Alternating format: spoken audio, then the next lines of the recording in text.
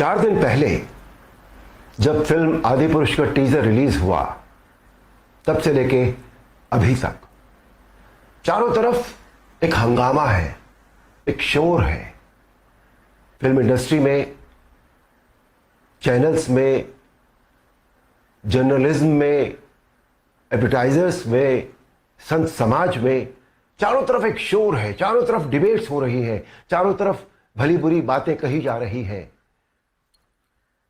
मेरे पास भी सैकड़ों फोन आए होंगे, सभी चैनल्स से फोन आए, जितने सभी जर्नलिस्ट हैं, बड़े बड़े जर्नलिस्ट, और सभी के फोन आए।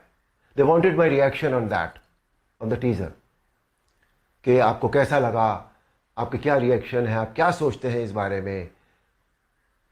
मैं आपको सच बताऊं, मैंने एक भी शब्द किसी से नहीं कहा, मैंने बात ही नहीं की उस विषय में। मैंने कहा नहीं, मुझे कुछ नहीं कहना है। लेकिन मुझे लगा कि मुझे आपसे कुछ बात तो करनी चाहिए, आपसे करनी चाहिए। मेरे मन में बहुत सारी बातें बहुत सारे समय से आती रही हैं,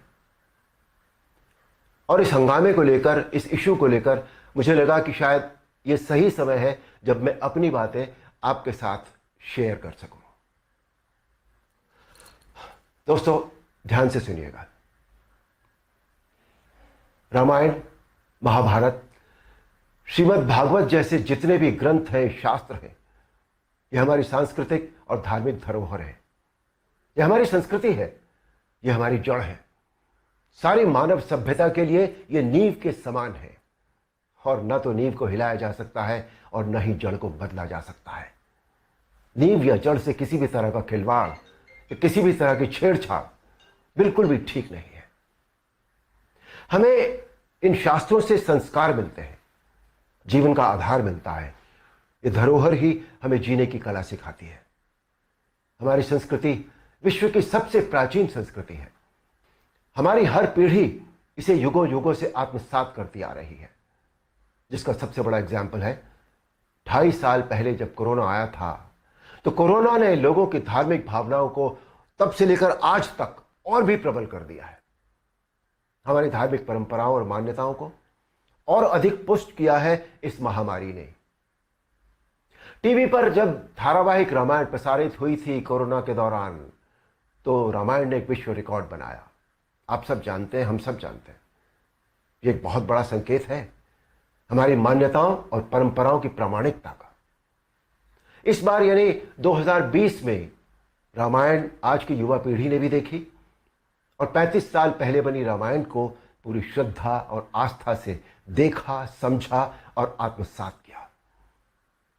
आज जो बेहिसाब लोग मुझसे मिलते हैं, उनमें सबसे ज्यादा संख्या टीनेजर्स की होती है।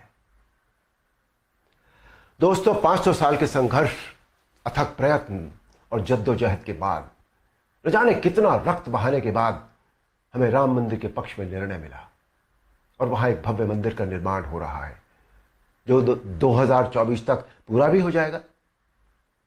अप्रिशिएट करने वाली बात यह है कि मंदिर को भव्यता देने के साथ साथ उसकी आत्मा और मौलिकता को ज्यों का त्यों रखकर यह मंदिर बन रहा है।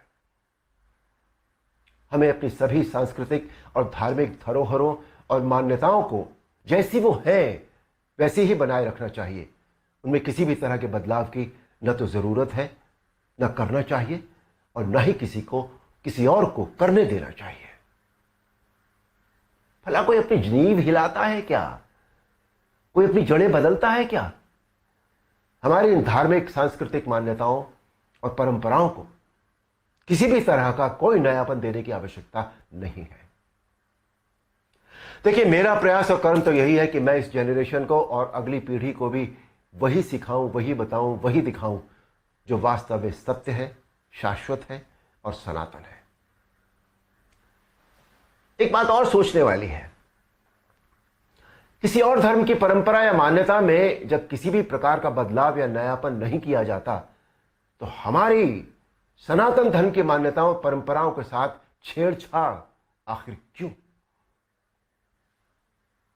आजकल ये चलन सा बनता जा रहा है कि सनातन धर्म का मजाक बनाओ, देवी देवताओं के ऑब्जेक्शनेबल पोस्टर बनाओ, अभद्र भाषा में बोलता हुआ दिखाओ। आखिर किसने अधिकार दे दिया कि कोई हमारी धार्मिक आस्था से छेड़छाड़ करे या हमारी भावनाओं को ठेस पहुंचाए? कुछ फिल्म मेकर्स, कुछ राइटर्स, कुछ पेंटर्स, कुछ एक्टर्स, कुछ एडवर्टाइजर्स को इस बात का विशेष ध्यान रखना चाहिए कि वो क्रिएटिव लिबर्टी के नाम पर धर्म का मजाक न बनाए और न ही किसी की मान्यता या परंपरा को तोड़ मरोड़ कर प्रस्तुत करें।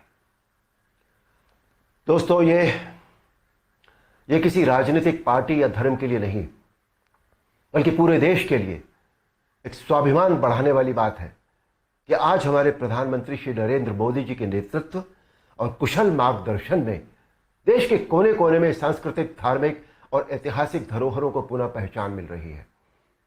स्थान स्थान पर कॉरिडोर बनाए जा रहे हैं जिनसे हमारी इन धरोहरों की रक्षा भी हो रही है, उनका पुनर्निर्माण भी हो रहा है, साथ ही उनकी मौलिकता भी यथावत रखी जा रही है।